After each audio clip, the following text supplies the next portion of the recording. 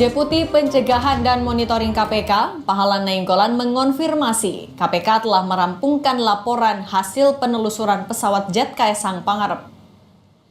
Pahala bilang hasil telaah penggunaan pesawat jet Kaisang Pangarep telah dikirim ke pimpinan KPK hari ini dan segera diumumkan oleh pimpinan KPK.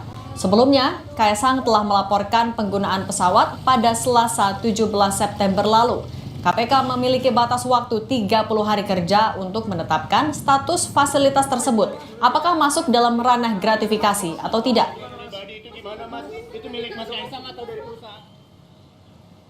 Sudah rampung yang dimaksud terkait laporan dugaan gratifikasi Kaisang.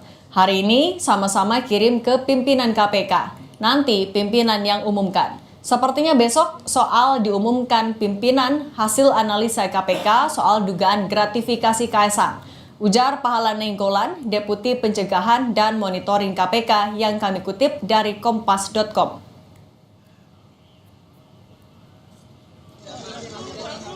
Sebelumnya, putra bungsu Presiden Jokowi, Kaisang Pangarep, datang ke KPK mengklarifikasi penggunaan jet pribadi untuk bepergian ke Amerika Serikat.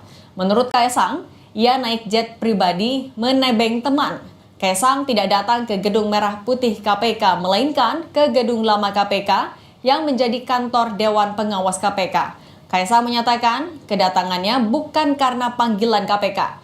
Ia datang atas inisiatif pribadi untuk mengklarifikasi jet pribadi yang ia tumpangi bersama istri Erina Gudono ke Amerika Serikat beberapa waktu lalu. Kaisang juga mengklaim jet pribadi itu milik teman dan ia hanya menebeng atau menumpang.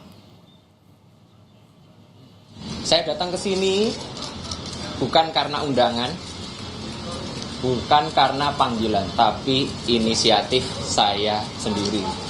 Dan tadi saya juga di dalam mengklarifikasi mengenai perjalanan saya di tanggal 18 Agustus ke Amerika Serikat yang numpang atau bahasa bedanya nebeng pesawatnya teman saya.